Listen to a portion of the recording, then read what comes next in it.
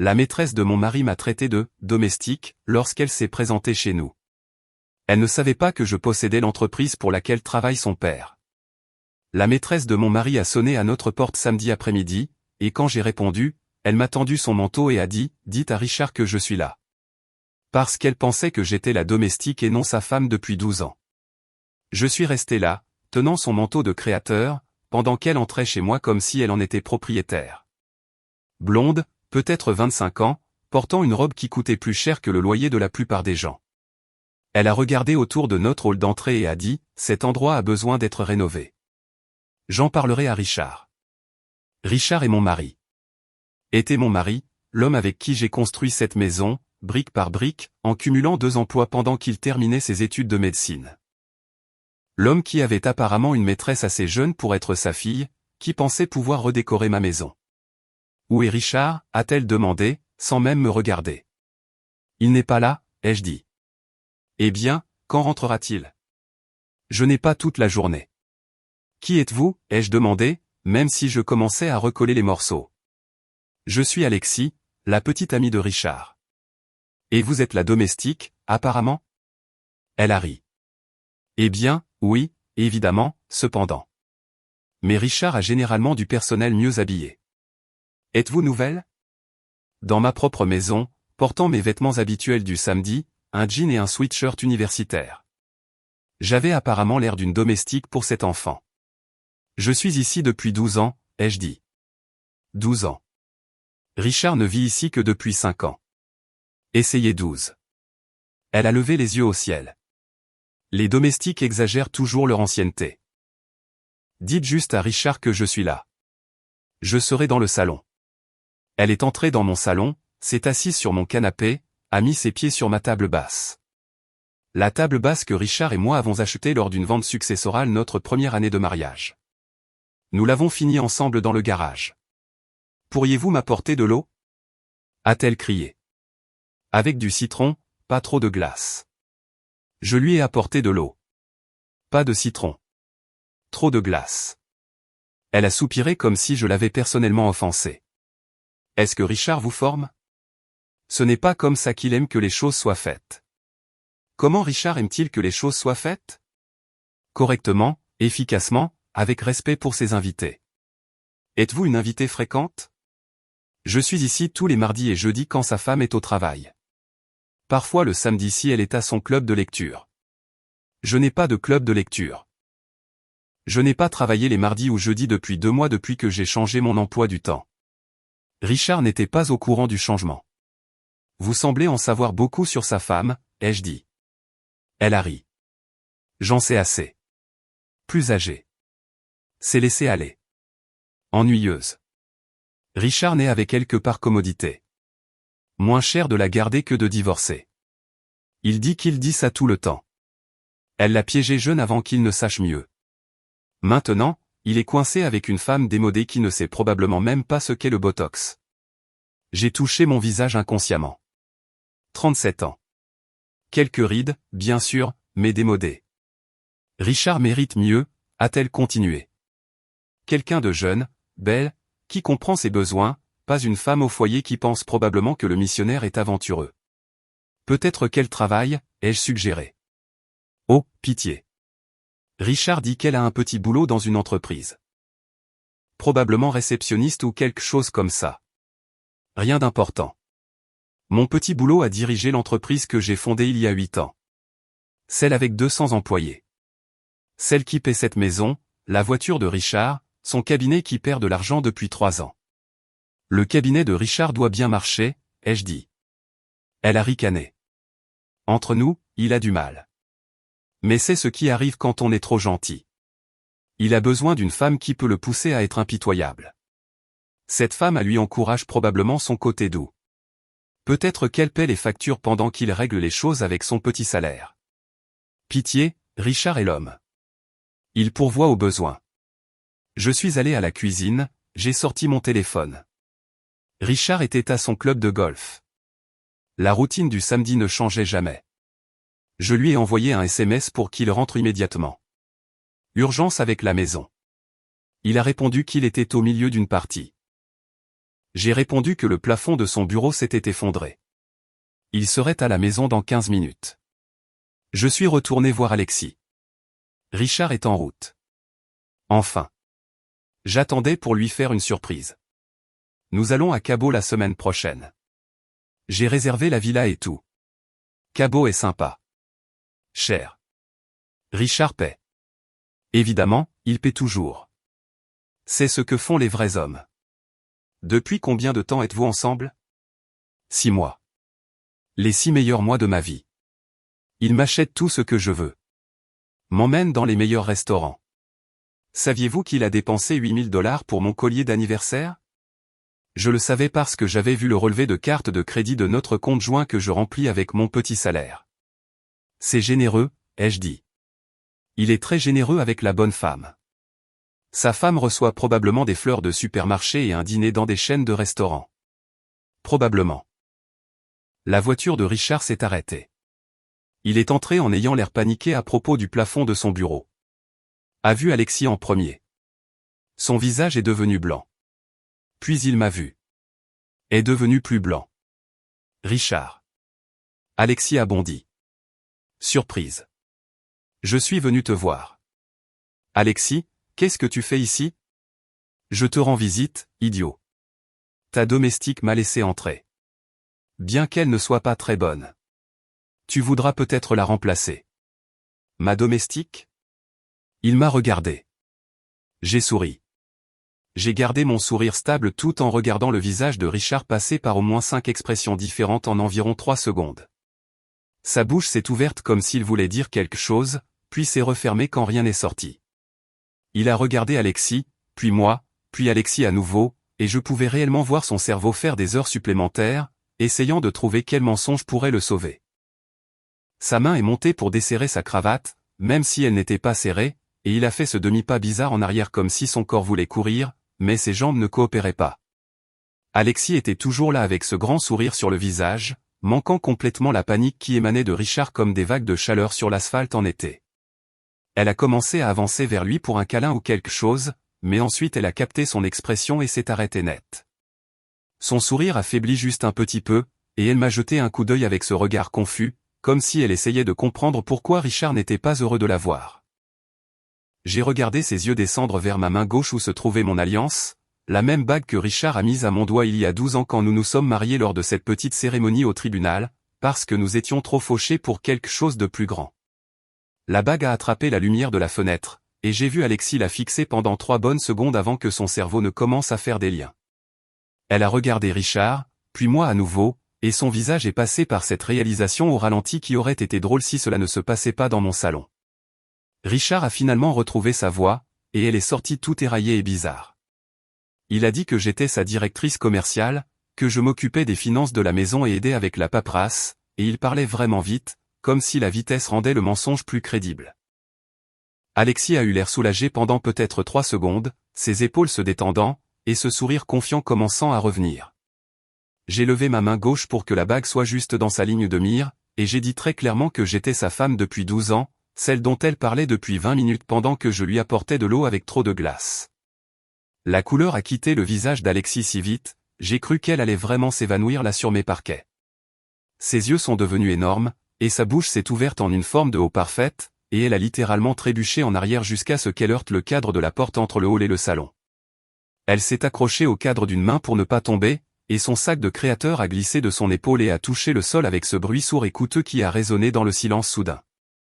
Je pouvais la voir essayer de traiter ce que je venais de dire. Ses yeux allaient et venaient entre mon visage et ma bague et l'expression coupable de Richard. Sa respiration s'est accélérée et sa main libre est montée à sa gorge comme si elle ne pouvait pas avoir assez d'air. Richard a commencé à bouger vers elle, mais j'ai levé la main et leur ai dit à tous les deux de s'asseoir dans le salon parce que nous allions avoir une conversation comme des adultes.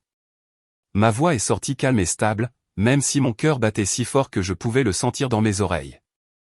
Richard a ouvert la bouche pour argumenter, probablement pour dire que ce n'était pas le bon moment ou que nous devrions parler en privé ou une autre excuse, mais quelque chose dans mon visage l'a fait se taire immédiatement.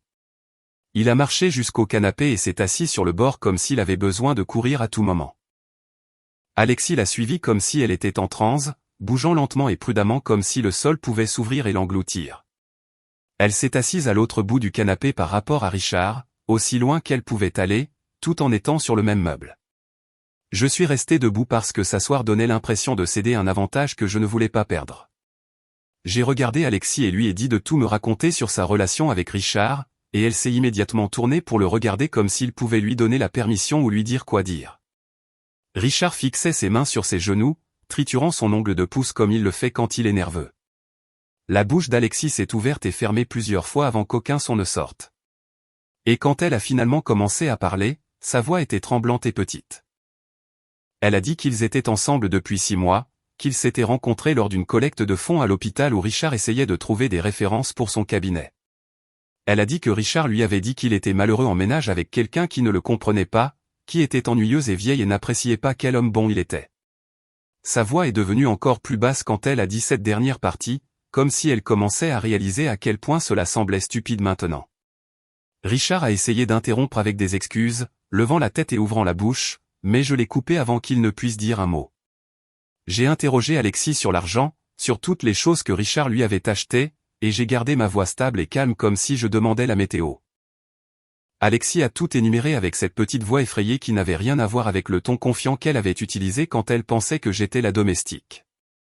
Elle a parlé de dîner dans des restaurants dont je n'avais jamais entendu parler, des endroits au centre-ville avec des noms en français ou en italien qui coûtaient probablement plus cher par repas que ce que la plupart des gens dépensent en courses en une semaine. Elle a mentionné le collier à $8000 pour son anniversaire, des virées shopping où Richard lui achetait des chaussures et des sacs et des vêtements, des week-ends dans des stations balnéaires. C'est à quelques heures de là. Puis elle a dit le voyage à Cabo qu'elle avait réservé, une villa qui coûtait $12 000 pour la semaine, et Richard lui avait dit de ne pas s'inquiéter du coup parce qu'il voulait bien la traiter. Sa voix s'est brisée sur cette dernière partie, et j'ai vu des larmes commencer à se former dans ses yeux. J'ai sorti mon téléphone et ouvert notre application bancaire, affichant les relevés de carte de crédit que je regardais depuis le mois dernier, essayant de comprendre où allait tout notre argent. J'ai tenu le téléphone pour qu'ils puissent tous les deux voir l'écran, et j'ai fait défiler les frais, soulignant chacun avec mon doigt. Dîner à un endroit appelé le Bernardin, $470. Achat de bijoux chez Tiffany, $8200. Chambre d'hôtel au Ritz, $600 pour une nuit. Alexis est redevenu pâle en me regardant faire défiler frais après frais, et je pouvais la voir faire le calcul dans sa tête, additionnant tout l'argent que Richard avait dépensé pour elle sur 6 mois. Elle s'est tournée vers Richard et a demandé si c'était vrai, s'il avait vraiment dépensé l'argent de sa femme pour elle. Et sa voix s'est brisée durement sur le dernier mot comme si c'était physiquement douloureux à dire. Richard a essayé d'expliquer que c'était compliqué, que son cabinet avait eu quelques années difficiles, et qu'il allait tout rembourser une fois que les choses s'arrangeraient. Je l'ai interrompu avant qu'il ne puisse finir et j'ai dit que son cabinet avait perdu de l'argent pendant 3 années consécutives, que j'avais couvert les pertes avec mon salaire pendant qu'il prétendait être un médecin prospère qui pouvait s'offrir une maîtresse. La main d'Alexis est montée à sa bouche, et elle a fait ce petit bruit comme si elle allait être malade. Je lui ai dit que j'avais couvert les pertes du cabinet de Richard, le paiement de sa voiture, cette hypothèque. Fondamentalement, tout dans nos vies pendant qu'il jouait au Sugar Daddy avec mes revenus. J'ai dit que chaque cadeau qu'il lui avait offert, chaque dîner, chaque chambre d'hôtel, chaque chose venait de l'argent que j'avais gagné dans mon entreprise, le petit boulot dont elle s'était moquée plus tôt. Alexis avait l'air de vouloir vraiment vomir là sur mon canapé. Et honnêtement, je ne lui en voulais pas parce que tout son fantasme sur Richard étant cet homme généreux et prospère qui pouvait prendre soin d'elle venait de voler en éclats en 1 million de morceaux. Richard fixait toujours ses mains, et j'ai remarqué que son visage était devenu rouge. Pas d'embarras, mais de colère, comme s'il était fâché que je dise la vérité à Alexis sur nos finances. Alexis a commencé à pleurer pour de vrai maintenant. Pas de jolies larmes, mais des sanglots qui faisaient couler son mascara sur son visage entraîné noir. Alexis s'est essuyé le visage avec le dos de sa main et a étalé du maquillage noir sur sa joue. Elle a regardé Richard puis moi, et quelque chose a semblé faire clic dans son cerveau parce qu'elle s'est soudainement redressée sur le canapé. Elle a interrogé Richard sur son père et a dit qu'il avait promis d'aider à l'avancement de carrière de son père. Le visage de Richard est devenu encore plus rouge et il a bougé sur sa chaise mais n'a rien dit. J'ai demandé quel était le nom de son père et Alexis a dit Knox Marcato sans me regarder. Mon estomac s'est serré fort parce que je savais exactement qui était Knox Marcato. Il travaillait au département des opérations de mon entreprise et y était depuis 4 ans, faisant un travail décent, mais rien qui ne se démarquait comme spécial ou digne d'une promotion. Je me suis tourné vers Richard et lui ai demandé s'il avait vraiment promis d'influencer la carrière de Knox dans mon entreprise. Richard a fixé le sol et son silence m'a dit tout ce que j'avais besoin de savoir. Il avait fait des promesses concernant mon entreprise à sa maîtresse sans même m'en parler. Alexis a commencé à pleurer plus fort maintenant et ce n'étaient pas les larmes délicates d'avant, mais de vrais sanglots qui faisaient trembler tout son corps. Elle a traité Richard de pathétique et a demandé combien de ce qu'il lui avait dit était réellement vrai. Richard est juste resté assis là à regarder ses mains comme si elles pouvaient avoir des réponses écrites dessus. Je me suis levé et j'ai dit à Alexis qu'elle devait quitter ma maison tout de suite. Elle n'a pas discuté comme je m'y attendais, mais a juste attrapé son sac de créateur sur la table basse et a ramassé son manteau là où je l'avais laissé sur la chaise. Elle a marché jusqu'à la porte d'entrée et je l'ai suivie pour m'assurer qu'elle partait vraiment. Alexis s'est arrêté la main sur la poignée de porte et s'est retourné pour me regarder. Elle a dit qu'elle était désolée et qu'elle ne savait pas que j'étais réel. C'était une chose si étrange à dire que j'ai presque ri parce que bien sûr j'étais réel. Elle a ouvert la porte et a marché jusqu'à sa voiture et je l'ai regardé s'éloigner avant de fermer la porte et de la verrouiller. Quand je me suis retourné, Richard était debout juste là, essayant d'attraper mon bras. J'ai reculé rapidement et lui ai dit de ne pas m'approcher. Il a commencé à parler très vite de la façon dont l'aventure ne signifiait rien et combien il m'aimait et comment il y mettrait fin complètement pour que nous puissions surmonter cela ensemble. Ces mots se mélangeaient comme s'il pensait que s'il parlait assez vite, je pourrais le croire. J'ai levé la main pour l'arrêter et lui ai demandé depuis combien de temps il me mentait sur tout. Pas seulement sur Alexis, mais sur le cabinet et l'argent et ses mardis et jeudis. Le visage de Richard a changé et il a de nouveau regardé le sol. Il a admis que le cabinet avait des difficultés depuis plus de 3 ans. Il a dit que c'était plutôt 5 ans et qu'il ne savait pas comment me le dire. 5 ans de mensonges sur son entreprise tout en dépensant mon argent pour la maintenir à flot. Richard a dit qu'il se sentait émasculé par mon succès et que tout le monde dans notre cercle social savait que sa femme était le soutien de famille alors qu'il était le médecin raté. Je lui ai rappelé que j'avais travaillé 2 emplois pour lui payer ses études de médecine. J'ai bâti mon entreprise à partir de rien tout en soutenant son rêve de devenir médecin. C'était comme ça qu'il me remboursait pour 12 ans de soutien. Richard a essayé d'interrompre, mais j'ai continué à parler par-dessus lui. Je lui ai dit de faire une valise et de partir ce soir. Il pouvait rester à l'hôtel ou chez un ami, mais il devait être parti dans 1 heure. Richard a dit que c'était sa maison aussi, et qu'il avait le droit de rester ici. Je lui ai rappelé que mon nom était le seul sur l'acte parce que mon argent a payé chaque brique de cette maison. Il a ouvert la bouche et l'a fermée et l'a ouverte à nouveau, mais aucun mot n'est sorti. J'ai pointé les escaliers et lui ai dit de commencer à faire ses bagages. Richard est monté à l'étage et j'ai entendu ses pas sur le sol au-dessus de moi. Je suis allé à la cuisine et j'ai sorti une bouteille de vin du casier. Je me suis versé un grand verre et me suis assise à la table de la cuisine essayant de traiter le fait que mon mariage de 12 ans venait de s'effondrer dans mon salon. La maison était calme à part Richard qui bougeait à l'étage, ouvrant des tiroirs et des portes de placard. Je me suis demandé comment j'avais manqué tous les signes ou si je ne voulais tout simplement pas les voir parce que les voir signifierait admettre que mon mariage était un mensonge. J'ai entendu les pas de Richard descendre les escaliers et il est apparu dans l'encadrement de la porte de la cuisine avec une valise à la main. Il l'a posée et a essayé une fois de plus de s'excuser. Il a dit qu'il ferait n'importe quoi pour arranger ça et bien faire les choses. J'ai bu une gorgée de mon vin et lui ai dit que la seule chose qu'il pouvait faire maintenant était de partir et de me laisser de l'espace pour réfléchir. J'ai dit que nous parlerions par l'intermédiaire d'avocats à partir de maintenant et qu'il ne devait pas me contacter directement. Richard a ramassé sa valise et a marché jusqu'à la porte d'entrée. Je l'ai entendu s'ouvrir et se fermer, puis sa voiture a démarré dans l'allée. Le bruit du moteur s'est estompé alors qu'il s'éloignait et je me suis assise seule dans ma cuisine avec mon vin. Le verre semblait lourd dans ma main et je l'ai posé sur la table parce que mes doigts tremblaient. La maison était si calme que je pouvais entendre le réfrigérateur bourdonner dans le coin et l'horloge faire tic-tac sur le mur. Je suis restée assise là pendant peut-être 10 minutes à fixer le vide avant que les larmes ne commencent. Pas les pleurs jolies que l'on voit dans les films, mais le genre où votre visage devient rouge et votre nez coule et vous ne pouvez pas reprendre votre souffle. J'ai pleuré pour chaque mensonge que Richard m'avait raconté pendant 12 ans. J'ai pleuré pour avoir travaillé 2 emplois pendant qu'il allait à l'école de médecine et avoir pensé que nous construisions quelque chose ensemble. J'ai pleuré pour chaque fois que j'avais couvert les pertes de son cabinet et l'avais cru quand il disait que les choses allaient s'améliorer. J'ai pleuré d'avoir été si stupide de ne pas voir ce qui se passait dans ma propre maison les mardis et jeudis. Le pire était de savoir qu'il était resté avec moi parce que partir lui coûterait de l'argent, pas parce qu'il m'aimait ou même m'appréciait. J'étais juste pratique. Un compte en banque avec un battement de cœur. Je suis resté assise à cette table de cuisine jusqu'à presque minuit à pleurer et à boire du vin jusqu'à ce que la bouteille soit vide et que mes yeux soient si gonflés que je pouvais à peine voir. Le lendemain matin, j'avais mal à la tête et mon visage avait l'air terrible dans le miroir de la salle de bain. Je me suis aspergé les yeux d'eau froide et j'ai essayé de me donner un air normal, mais il était impossible de cacher que j'avais passé la moitié de la nuit à pleurer. J'ai fait du café et je me suis assise à la table de la cuisine à nouveau. À ce moment-là, fixant mon téléphone. J'avais besoin de parler à quelqu'un qui comprendrait, quelqu'un qui me connaissait avant Richard et me connaîtrait encore après. J'ai appelé Gita à 7 heures du matin même si c'était dimanche. Elle a répondu à la deuxième sonnerie et j'ai recommencé à pleurer rien qu'en entendant sa voix. Elle a demandé où j'étais et j'ai dit à la maison et elle a dit qu'elle serait là dans 20 minutes. Gita est arrivée 17 minutes plus tard avec un sac de bagel et de fromage à la crème et son propre mug de voyage de café. Elle a jeté un coup d'œil à mon visage et m'a serré dans ses bras juste là dans l'embrasure de la porte.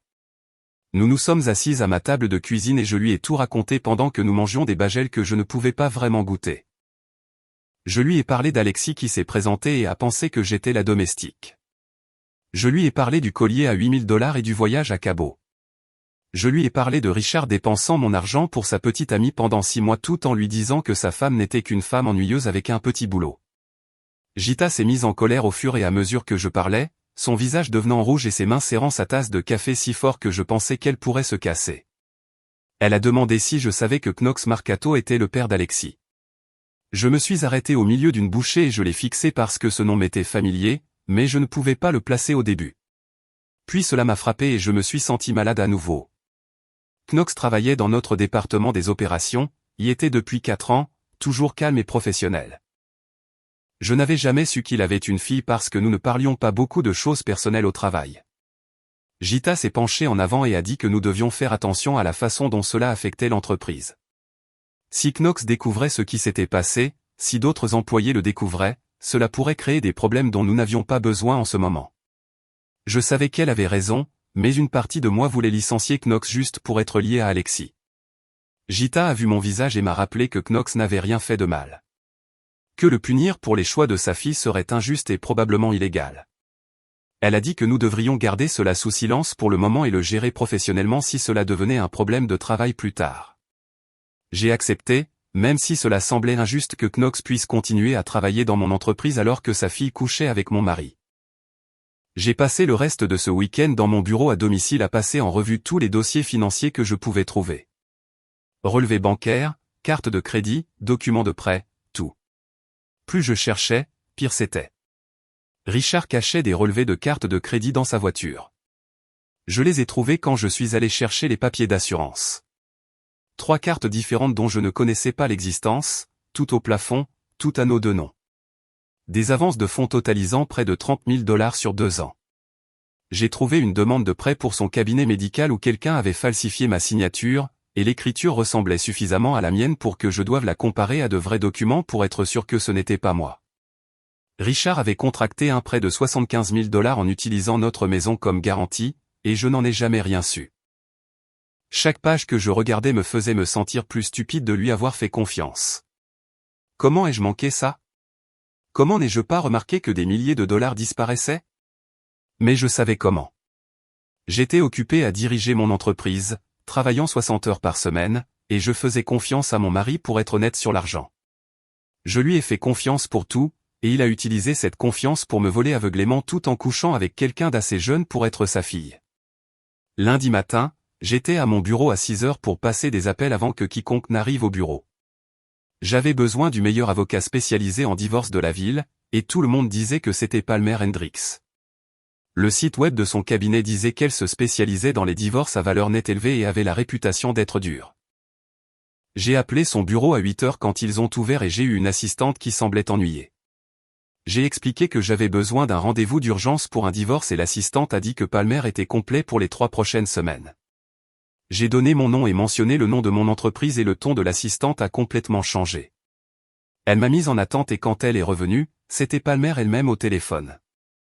La voix de Palmer était vive et professionnelle et elle a demandé ce qui faisait de ceci une urgence. Je lui ai dit que mon mari avait une liaison depuis 6 mois, dépensait les biens matrimoniaux pour sa maîtresse et cachait des informations financières, y compris la falsification de ma signature sur des documents de prêt. Palmer est restée silencieuse pendant peut-être 3 secondes, puis a dit qu'elle pouvait me voir cet après-midi à 15 heures. J'ai dit que je serais là, et elle m'a donné l'adresse de son bureau au centre-ville dans le quartier financier. Le bureau de Palmer était au 40e étage d'une tour de verre qui reflétait toute la ville. Le hall avait des sols en marbre et de l'art moderne sur les murs et une réceptionniste qui avait l'air d'appartenir à un magazine de mode. J'ai donné mon nom et la réceptionniste a souri et a dit que Palmer m'attendait. Elle m'a conduite dans un couloir avec des fenêtres du sol au plafond et dans un bureau d'angle qui avait vue sur la rivière et l'horizon. Palmer s'est levée de derrière un immense bureau en bois sombre et m'a serré la main. Elle avait peut-être 50 ans avec des yeux gris perçants et un tailleur noir qui coûtait probablement plus cher que le paiement de ma voiture. Sa poignée de main était ferme et elle m'a fait signe de m'asseoir dans l'un des fauteuils en cuir en face de son bureau. Elle avait un bloc-notes prêt et un stylo à la main et elle me regardait comme si elle pouvait voir à travers tous les mensonges que je pourrais raconter. Je l'ai aimée immédiatement. Palmer m'a demandé de tout lui raconter depuis le début, et elle n'a pas interrompu une seule fois pendant que je parlais. Elle prenait juste des notes sur son bloc-notes, son stylo bougeant rapidement sur le papier, et son visage restait neutre même quand j'arrivais au parti sur l'argent. J'ai sorti le dossier que j'avais apporté avec tous les documents financiers que j'avais trouvés pendant le week-end. Des relevés de cartes de crédit montrant des frais dans des restaurants chers et des bijouteries, des relevés bancaires montrant des avances de fonds, la demande de prêt avec la signature falsifiée. Palmer a parcouru chaque page attentivement, prenant parfois des notes, prenant parfois des photos avec son téléphone. Quand elle a fini, elle m'a regardé et a dit « Les dépenses de Richard avec l'argent conjugal pour une liaison s'appellent le gaspillage des biens matrimoniaux, et cela aiderait beaucoup mon cas au tribunal des divorces. » Elle a expliqué que les juges n'aimaient pas quand un conjoint utilisait l'argent partagé pour financer une liaison, surtout quand les montants étaient aussi importants. Palmer a dit que nous pourrions probablement m'obtenir une plus grande part de tout parce que Richard avait gaspillé tellement de notre argent pour Alexis. J'ai senti quelque chose se desserrer dans ma poitrine en entendant cela, comme si peut-être je n'étais pas complètement impuissante dans cette situation après tout. Palmer a posé des questions sur mon entreprise et si Richard y avait une quelconque propriété. J'ai expliqué que j'avais fondé l'entreprise il y a 8 ans avant de nous marier et que je l'avais gardée complètement séparée. Le nom de Richard n'était sur aucun document de l'entreprise. Il n'avait aucune part, aucune participation, rien. Palmer a réellement souri pour la première fois et a dit que c'était très intelligent de ma part. Elle a expliqué que dans de nombreux divorces, les plus grandes batailles portaient sur les actifs commerciaux. Mais comme j'avais gardé mon entreprise séparée et l'avait commencé avant le mariage, Richard n'avait aucune revendication dessus du tout. J'ai ressenti un soulagement m'envahir parce que mon entreprise était tout ce que j'avais construit, et l'idée que Richard en obtienne une partie me donnait envie de vomir. Palmer a pris une note sur son bloc-notes et a dit que nous nous assurerions que les papiers du divorce soient très clairs sur le fait que l'entreprise était la mienne seule, et que Richard n'avait aucun droit dessus. Nous avons ensuite parlé du cabinet médical de Richard, et le visage de Palmer est redevenu sérieux. Elle a expliqué que même si le cabinet était au nom de Richard, toutes les dettes qu'il contractait pendant notre mariage étaient probablement des dettes matrimoniales. Cela signifiait que je pourrais être responsable de la moitié de l'argent que son cabinet devait, même dans un divorce. J'ai senti mon estomac tomber parce que je savais que son cabinet croulait sous les dettes. Plus de $100 000 facile, peut-être plus. Palmer a vu mon visage et a dit que nous devrions examiner tous les documents financiers du cabinet pour voir exactement à quoi nous avions affaire. Elle a dit, il pourrait y avoir des moyens de soutenir que la mauvaise gestion de son cabinet par Richard était de sa propre faute, et je ne devrais pas avoir à payer pour cela, mais cela dépendrait de ce que les chiffres montreraient. Je suis resté assise là à me sentir malade, pensant à être coincé avec $50 000 ou plus de dettes commerciales de Richard en plus de tout ce qu'il m'avait fait. Palmer s'est adossé à sa chaise et a dit que nous devions engager quelqu'un pour passer au peigne fin tous nos dossiers financiers. Elle a appelé ça un jury comptable, quelqu'un qui se spécialisait dans la recherche d'argent caché et le suivi de chaque dollar. Palmer a dit qu'elle connaissait quelqu'un d'excellent qui pourrait commencer tout de suite, et qui serait capable de témoigner au tribunal si nous en avions besoin. Le comptable documenterait exactement combien Richard a dépensé pour Alexis, où sont allées toutes les avances de fonds, et s'il y avait d'autres comptes cachés ou dettes que nous ne connaissions pas encore. Palmer a dit que cela coûterait environ $5 000, mais que cela vaudrait chaque centime car une bonne documentation renforcerait considérablement notre dossier. J'ai accepté immédiatement parce que je voulais connaître toute la vérité sur ce que Richard avait fait de notre argent. Palmer a passé un appel directement depuis son bureau et a organisé une réunion avec le jury comptable pour plus tard cette semaine-là. Quand j'ai quitté son bureau une heure plus tard, j'ai eu l'impression d'avoir enfin quelqu'un de mon côté qui savait comment riposter contre ce que Richard m'avait fait. Avant de quitter le bureau de Palmer, je lui ai posé des questions sur Knox Marcato et si le fait que le père d'Alexis travaille dans mon entreprise créait des problèmes juridiques pour moi. Palmer a posé son stylo et a réfléchi un moment avant de dire que c'était compliqué, mais probablement pas quelque chose pour lequel on pourrait me poursuivre. Elle a expliqué que je ne pouvais pas licencier Knox juste parce que sa fille couchait avec mon mari. Que ce serait de la discrimination basée sur les relations familiales et pourrait m'exposer à un procès pour licenciement abusif.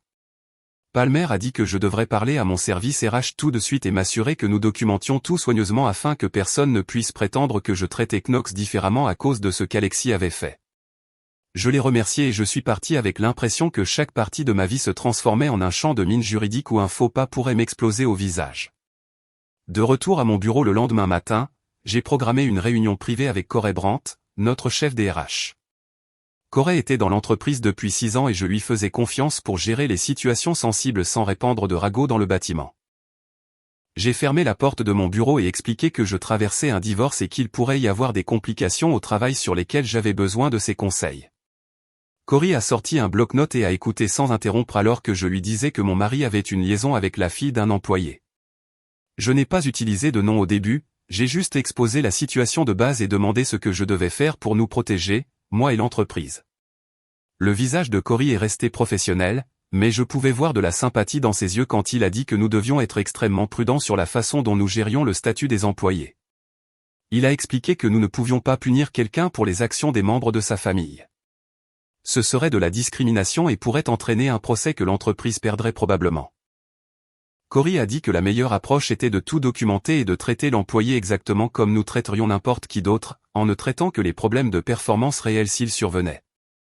J'ai pris une respiration et dit à Corey que l'employé était Knox Marcato aux opérations. Corey a hoché la tête et a affiché le dossier personnel de Knox sur son ordinateur portable, faisant défiler les évaluations de performance et les registres de présence. Après quelques minutes, il a levé les yeux et a dit « Knox a été un employé solide pendant 4 ans sans problème disciplinaire et avec des notes de performance toujours bonnes. » Corey a expliqué que cela rendait en fait la situation plus difficile parce que je ne pouvais pas justifier le licenciement de Knox ou son déplacement vers un autre poste sans une raison commerciale légitime. Si je faisais quoi que ce soit qui ressemblait à des représailles pour la liaison de sa fille avec mon mari, Knox pourrait poursuivre à la fois moi personnellement et l'entreprise. Je me sentais frustré parce qu'une partie de moi voulait que Knox parte pour ne pas avoir à le voir tous les jours et me rappeler ce que sa fille avait fait. Mais je comprenais que Corey avait raison sur les risques juridiques. Corey a fermé le dossier de Knox et a dit que nous devrions documenter cette conversation et créer un plan pour gérer tout problème qui pourrait survenir. Il a suggéré que nous traitions Knox exactement comme nous le ferions pour tout autre employé, en l'évaluant uniquement sur sa performance au travail et son comportement au bureau. Si la performance de Knox souffrait ou s'il créait des problèmes à cause de la situation avec Alexis et Richard, nous traiterions ces problèmes par les voies normales des RH avec tout documenté. Corey a dit que nous ne pouvions pas punir préventivement Knox pour quelque chose que sa fille adulte avait choisi de faire, même si j'avais tout à fait le droit d'être en colère à propos de toute la situation. J'étais d'accord avec l'approche de Corey, même si elle semblait insatisfaisante, et il a pris des notes sur notre réunion pour le dossier RH au cas où nous aurions besoin de prouver que nous avions tout géré correctement. Ce soir-là, j'étais assise chez moi en train de passer en revue d'autres dossiers financiers quand mon téléphone a vibré avec un texto de Richard. Il demandait si nous pouvions parler parce qu'il voulait tout expliquer et essayer d'arranger les choses. J'ai fixé le message pendant un long moment avant de me souvenir de l'instruction de Palmer selon laquelle toute communication devait passer par son bureau maintenant. J'ai transféré le texto de Richard à Palmer sans lui répondre et les laisser gérer ce qu'il voulait dire. Palmer a répondu par texto 20 minutes plus tard en disant qu'elle contacterait l'avocat de Richard et lui rappellerait que la communication directe avec moi n'était pas appropriée pendant la procédure de divorce. Le jury comptable recommandé par Palmer s'est présenté chez moi 2 jours plus tard portant une mallette et des lunettes qui lui donnaient l'air d'une bibliothécaire. Son nom figurait sur sa carte de visite, mais Palmer m'avait prévenu qu'elle avait la personnalité d'un détective et qu'elle n'arrêterait pas de creuser tant qu'elle n'aurait pas tout trouvé. Je l'ai conduite au bureau à domicile de Richard et lui ai donné accès à tous nos dossiers financiers, relevés bancaires, factures de cartes de crédit et déclarations d'impôts des 5 dernières années. Elle s'est installée au bureau de Richard avec son ordinateur portable et sa calculatrice et s'est mise au travail pendant que j'essayais de me concentrer sur mon propre travail dans une autre pièce. 6 heures plus tard, elle m'a rappelé dans le bureau et m'a montré ce qu'elle avait trouvé. La comptable avait découvert des choses que même moi j'avais manquées lors de mon propre examen. De petits retraits d'espèces qui totalisaient des milliers de dollars. Des virements mystérieux vers des comptes dont je ne connaissais pas l'existence, et un modèle de dépenses qui montrait clairement que Richard planifiait et finançait sa liaison depuis plus de 6 mois. Elle avait des feuilles de calcul codées par couleur par catégorie montrant exactement où allait chaque dollar. Et le montant total que Richard avait dépensé pour Alexis était encore plus élevé que je ne le pensais. Mercredi après-midi, mon assistante m'a dit que Knox Marcato avait demandé une réunion par les voies appropriées. J'ai demandé à Cory d'assister en tant que représentant des RH, et nous nous sommes rencontrés dans l'une des petites salles de conférence au lieu de mon bureau. Knox est entré en ayant l'air mal à l'aise dans une chemise habillée et une cravate, plus formelle que ses vêtements de travail habituels. Il s'est assis en face de nous et m'a remercié d'avoir pris le temps de le rencontrer. Knox a dit qu'il voulait aborder quelque chose directement, et a demandé si l'implication de sa fille avec mon mari affecterait sa position dans l'entreprise.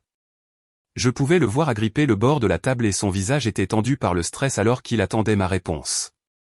J'ai dit honnêtement à Knox que ce qui s'était passé entre Richard, Alexis et moi était une affaire personnelle distincte de son emploi. J'ai expliqué que sa performance au travail était ce qui comptait dans cette entreprise et tant qu'il continuait à faire du bon travail, son poste était sûr. Les épaules de Knox se sont affaissées avec un soulagement visible et il m'a remercié d'être professionnel à propos de la situation. Puis son visage a changé et il a dit qu'Alexis lui avait tout raconté sur ce qui s'était passé chez moi, comment elle pensait que j'étais la domestique et avait dit des choses terribles sur moi. Knox a dit qu'il était horrifié par le comportement de sa fille et honteux d'avoir élevé quelqu'un qui pouvait traiter une autre personne de cette façon. Knox a baissé les yeux sur ses mains et a dit qu'il avait essayé d'élever Alexis mieux que ça, que sa mère était morte quand elle n'avait que 8 ans, et peut-être qu'il l'avait trop gâtée pour essayer de compenser la perte de sa maman. Il a dit qu'il donnait à Alexis tout ce qu'elle demandait parce qu'il se sentait coupable qu'elle grandisse sans mère. Et maintenant, il pouvait voir qu'il avait créé une jeune femme gâtée qui pensait pouvoir prendre tout ce qu'elle voulait sans se soucier de qui elle blessait. J'ai ressenti un éclair inattendu de sympathie pour Knox assis là à parler de sa femme décédée et de ses regrets d'avoir élevé sa fille, mais j'ai gardé mon masque professionnel en place et lui ai dit à nouveau que sa position dans l'entreprise était sûre, que j'appréciais qu'il vienne me parler directement et que nous devrions tous simplement nous concentrer sur l'avenir. Knox m'a remercié une fois de plus et a quitté la salle de conférence, et Cory a pris des notes sur la réunion pour le dossier RH. Cette nuit-là, Richard a commencé à m'appeler depuis différents numéros de téléphone après que j'ai bloqué son portable. Je n'ai répondu à aucun des appels, mais il a laissé des messages vocaux que j'ai écoutés plus tard.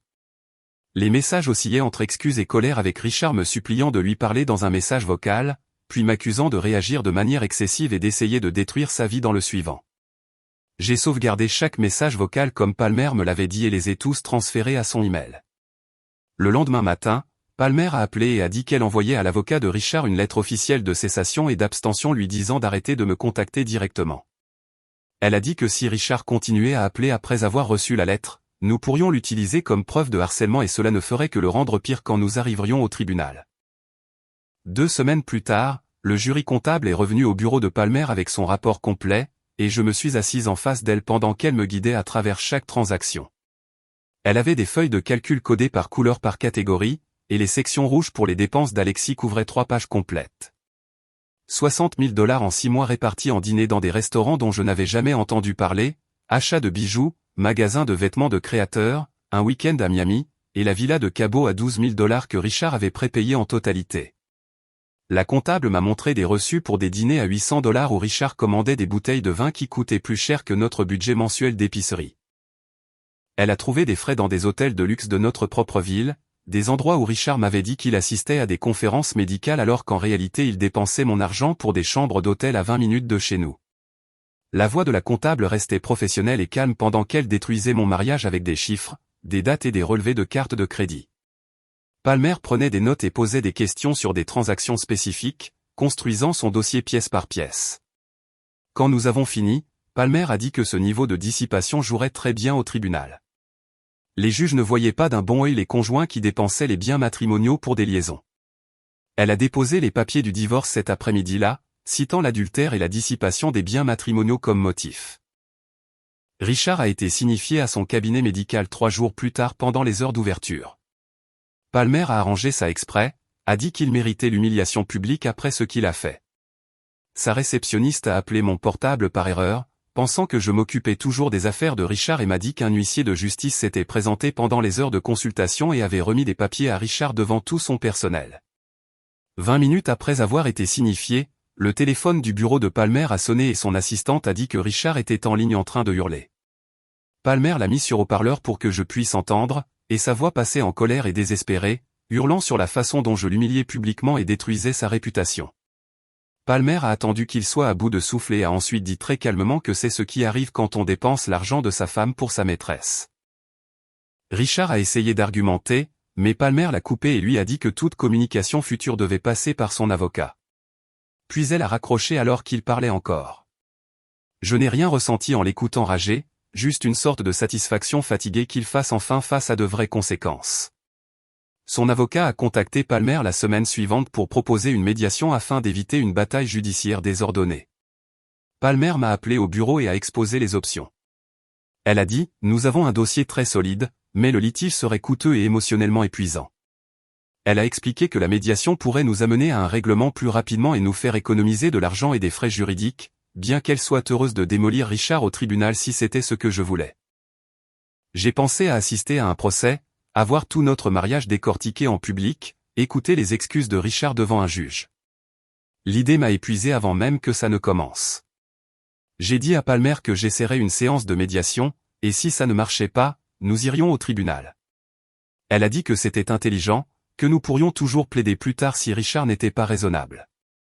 La médiation a eu lieu 2 semaines plus tard dans une salle de conférence d'un immeuble de bureaux neutre au centre-ville. Palmer et moi sommes arrivés les premières et avons installé nos documents d'un côté de la longue table. Richard est arrivé 10 minutes en retard avec son avocat, et quand il est entré, je l'ai à peine reconnu. Il ne s'était pas rasé depuis des jours. Son costume était froissé comme s'il avait dormi dedans, et il avait des cernes sous les yeux qui le faisaient paraître 10 ans plus vieux. Son avocat était un jeune homme qui ne cessait de jeter des regards nerveux à Palmer comme s'il savait qu'il n'était pas de taille. Nous nous sommes tous assis et j'ai regardé Richard de l'autre côté de la table et je n'ai rien ressenti d'autre qu'un épuisement profond. Cet homme avec qui j'avais passé 12 ans, travaillé 2 emplois pour soutenir ses études de médecine, construit toute une vie autour, et maintenant il n'était qu'un étranger qui m'avait volé. La médiatrice était une femme dans la cinquantaine qui a expliqué les règles de base et nous a demandé à chacun de partager notre point de vue sur le mariage et le divorce. Richard a commencé, et je l'ai regardé essayer de se faire passer pour la victime. Il a dit que je travaillais toujours, que mon succès le faisait se sentir petit et inadéquat, qu'il avait besoin de quelqu'un qui le fasse se sentir important et masculin. Il a réellement dit qu'Alexis le faisait se sentir comme un homme d'une manière que je n'ai jamais faite. Comme si nos 12 années ensemble ne signifiaient rien parce que j'avais eu l'audace de réussir. Le visage de la médiatrice est resté neutre, mais j'ai vu son sourcil tressaillir quand Richard m'a blâmé pour sa liaison. Son avocat avait l'air mal à l'aise et essayait sans cesse d'orienter Richard vers des points de discussion plus raisonnables, mais Richard était lancé sur la difficulté d'être marié à quelqu'un de plus prospère que lui. Quand Richard a finalement cessé de parler, la médiatrice s'est tournée vers moi et a demandé mon point de vue. Je n'ai pas crié ni pleuré ni fait aucune des choses auxquelles Richard s'attendait probablement. J'ai juste exposé les faits de la même voix calme que j'utilisais lors des réunions d'affaires. J'ai dit à la médiatrice que j'avais soutenu Richard pendant ses études de médecine en travaillant 2 emplois pendant qu'il étudiait. J'ai expliqué que j'avais fondé mon entreprise il y a 8 ans et qu'elle employait maintenant 200 personnes. J'ai expliqué comment le cabinet médical de Richard perdait de l'argent depuis 3 ans et j'ai couvert chaque perte sans me plaindre. J'ai décrit le paiement de notre hypothèque, de sa voiture, de tout notre mode de vie pendant qu'il jouait au faux sugar daddy avec mon argent. J'ai mentionné les 60 000 $ qu'il avait dépensés pour sa maîtresse en 6 mois. De l'argent qui venait de notre compte joint que je remplissais avec mon salaire. Le visage de la médiatrice disait tout sur qui elle croyait, et l'avocat de Richard a commencé à regarder ses notes comme s'il cherchait un moyen de sauver la situation. Palmer a ouvert son dossier et a sorti le rapport des jurys comptables. Elle a guidé la médiatrice à travers les conclusions, chaque chiffre documenté et vérifié. 60 000 sur la liaison répartie par catégorie. 150 000 autres en perte de cabinet que j'ai couvertes sur 3 ans. La maison, les 2 voitures, nos économies, toutes financées principalement par mes revenus. L'avocat de Richard a visiblement grimacé quand Palmer est arrivé au montant total des biens matrimoniaux que Richard avait dissipés ou que mes revenus avaient financés. Son visage est devenu rouge, et il a demandé une pause de 15 minutes pour consulter son client. Palmer a accepté, et ils ont quitté la salle de conférence pendant que nous restions. Quand ils sont revenus, Richard avait l'air vaincu d'une manière que je n'avais jamais vue auparavant. Ses épaules étaient affaissées et il ne voulait pas croiser mon regard. Son avocat s'est raclé la gorge et a proposé un règlement. Richard garderait son cabinet médical et toutes ses dettes. Je garderais la maison et mon entreprise. Nous partagerions les autres biens matrimoniaux 60/40 en ma faveur en compensation de sa dissipation. Palmer n'a même pas cligné des yeux avant de contrer. Partage 70/30 et Richard paie mes frais juridiques, qui avaient atteint environ 15 000 $ jusqu'à présent. L'avocat de Richard a essayé de négocier, a dit que 65/35 était plus raisonnable, mais Palmer est resté assise là, impassible, et a dit que 70/30 plus les frais étaient sa seule offre. Elle leur a rappelé que nous avions des documents pour tout et qu'un juge serait probablement encore moins généreux envers Richard après avoir vu comment il avait dépensé les fonds matrimoniaux. L'avocat de Richard a regardé Richard et Richard a juste hoché la tête une fois comme s'il avait abandonné. Il savait que nous le détruirions au tribunal avec les preuves que nous avions. Palmer a sorti l'accord de règlement qu'elle avait rédigé à l'avance, confiante que nous arriverions à ce point. Elle a parcouru les termes pendant que l'avocat de Richard prenait des notes. Le règlement comprenait un langage très spécifique selon lequel Richard n'avait aucune revendication sur mon entreprise. Ni maintenant ni jamais, quelle que soit la croissance ou le succès futur. Il devait refinancer toutes les dettes de son cabinet à son nom uniquement dans les 6 mois. S'il ne pouvait pas obtenir de refinancement, il devait vendre le cabinet et utiliser le produit pour me rembourser les pertes que j'avais couvertes au fil des ans. Palmer avait pensé à tout. Chaque façon possible dont Richard pourrait essayer de s'en prendre à mon argent plus tard. Son avocat a lu attentivement l'accord, et je pouvais le voir réaliser qu'il n'y avait pas d'issue, que nous avions Richard complètement coincé. Richard a signé sans le lire lui-même. Il a juste fait confiance à l'évaluation de son avocat selon laquelle c'était la meilleure offre qu'il allait obtenir. Palmer a fait glisser l'accord de règlement sur la table et m'a tendu un stylo. J'ai signé mon nom sur chaque ligne marquée, le stylo griffant le papier avec un son qui semblait définitif et étrange. Richard a signé ces pages sans les relire. Juste des mouvements mécaniques comme s'il renonçait à quelque chose dont il ne se souciait plus. La médiatrice a été témoin de nos signatures et a récupéré les documents, disant qu'elle les déposerait au tribunal cet après-midi-là. Palmer m'a dit que la période d'attente de 60 jours commençait aujourd'hui et que le divorce serait définitif exactement 2 mois à partir de maintenant. Richard s'est levé quand la médiatrice a quitté la pièce et s'est dirigé vers moi, la main tendue. Il a dit que nous devrions parler en privé, qu'il y avait des choses qu'il avait besoin d'expliquer, mais j'ai attrapé mon sac et suis passé devant lui sans regarder son visage. Palmer m'a suivi dehors et j'ai entendu Richard appeler mon nom derrière nous, mais j'ai continué à marcher dans le couloir vers l'ascenseur. Le hall de l'immeuble semblait trop lumineux après la salle de conférence sombre et je me suis tenu dehors sur le trottoir en prenant de grandes inspirations d'air froid.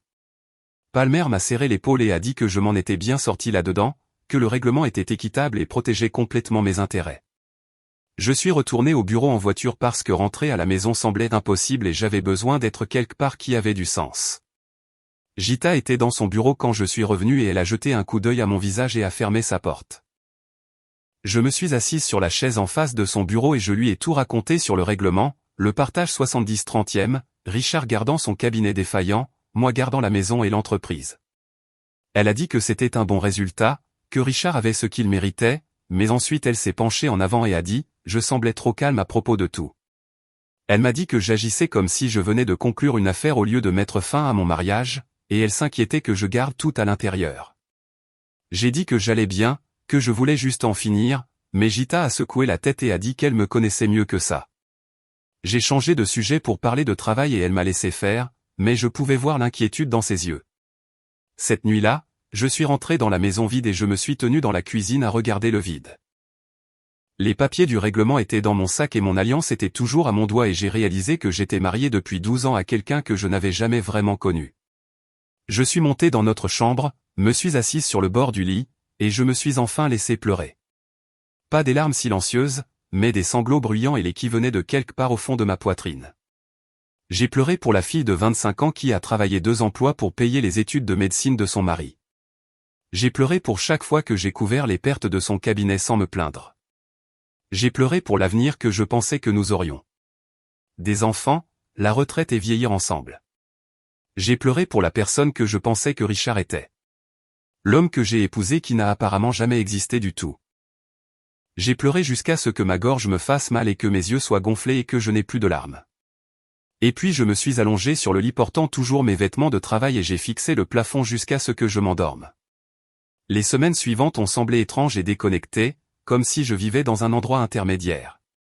Techniquement, j'étais toujours marié, mais Richard était parti et la maison était à moi seul. Je ne pouvais pas me résoudre à me soucier de redécorer ou de changer quoi que ce soit parce que tout semblait temporaire, comme si j'attendais que quelque chose commence. Je me suis jeté dans le travail, arrivant au bureau à 7 heures et restant jusqu'à 8 ou 9 heures du soir. Gita me regardait avec des yeux inquiets, mais n'insistait pas. La maison vide était plus facile à gérer quand j'étais trop fatigué pour y penser. Knox est entré dans mon bureau un mardi avec des rapports trimestriels, et il était professionnel et minutieux comme toujours. Après son départ, Cory s'est arrêté et a fermé ma porte. Il a dit que Knox voyait un thérapeute pour gérer la culpabilité de ce qu'Alexis avait fait.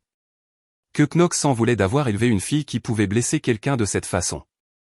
Cory a dit que Knox n'en parlait jamais au travail et gardait la tête baissée, mais que la thérapie l'aidait à tout traiter. J'ai ressenti un respect surprenant pour Knox, qu'il prenait la responsabilité de sa part, même si Alexis était une adulte qui faisait ses propres choix. Quelques semaines plus tard, Knox m'a rattrapé dans le couloir et m'a demandé s'il pouvait me parler une minute.